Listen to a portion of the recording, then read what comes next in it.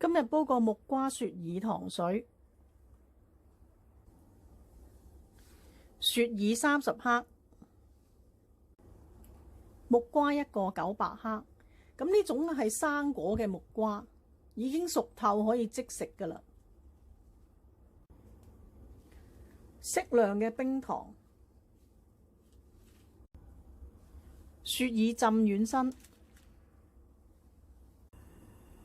煮呢個糖水，有啲人會鍾意落一片薑或者1角陳皮。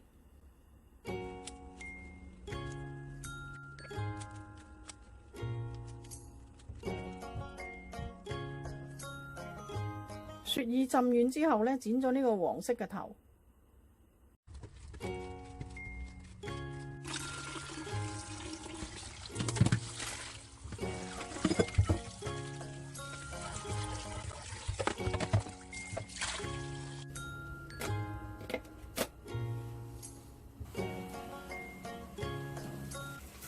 呢度係2公升水，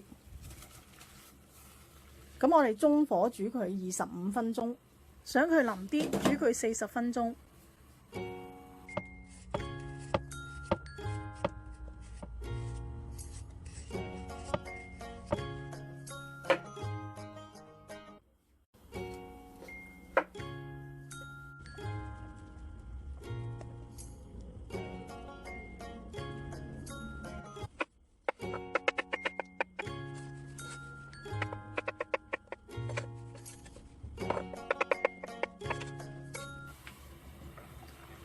咁依家啲雪耳呢就煲咗半個鐘。咁呢啲木瓜因為係水果木瓜，咁佢有豐富維他命 C， 唔適宜煮太耐。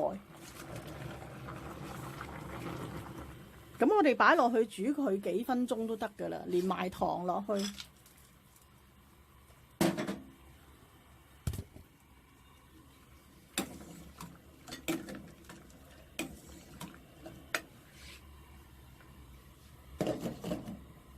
咁啲糖溶咗就可以㗎啦。